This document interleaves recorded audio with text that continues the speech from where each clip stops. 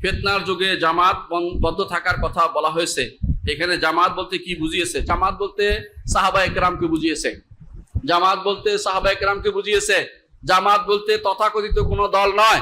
জামাত বলতে কোনো আপনাদের কোনো পরিচিত কোনো বিশেষ কোনো রাজনৈতিক দল নয়, অথবা তথাকথিত কোনো সুলুক এবাদতি দল নয়। এবাদত দল বুঝেন না? নকশবন্দি, মুজাদ্দিদি, কত রকম দল বের হয়েছে, এগুলিও নয়। জামাত হচ্ছে সাহাবায়ে কেরাম। এমনকি সাহাবায়ে কেরাম অনুসারে যদি একজনও হয় কোন জগতে, তিনিও। দেখুন, আহমদ ইবনে হাম্বল রহমতুল্লাহ আলাইহির সময়ে তিনি একা, আর দুই একজনকে জেলে পুরাইছে, আর বাকিরা সবাই সালাকি করে যে আমাদের মুফতিয়া যা বলা হয় কোরআন আমার মুখে উচ্চারণ করলে কোরআন সৃষ্ট, মনে মনে বলতেছে যেটা আমার মুখে উচ্চারণ করছে, সালাকি করে বাঁচার জন্য করছে। আহমদ ইবনে হাম্বল যদি সালাকি করে নাই, বলছে না, কোরআন আল্লাহর বাণী, কোরআন আল্লাহর বাণী, সৃষ্ট হইতে পারে না, একাই হক, একাই জামা।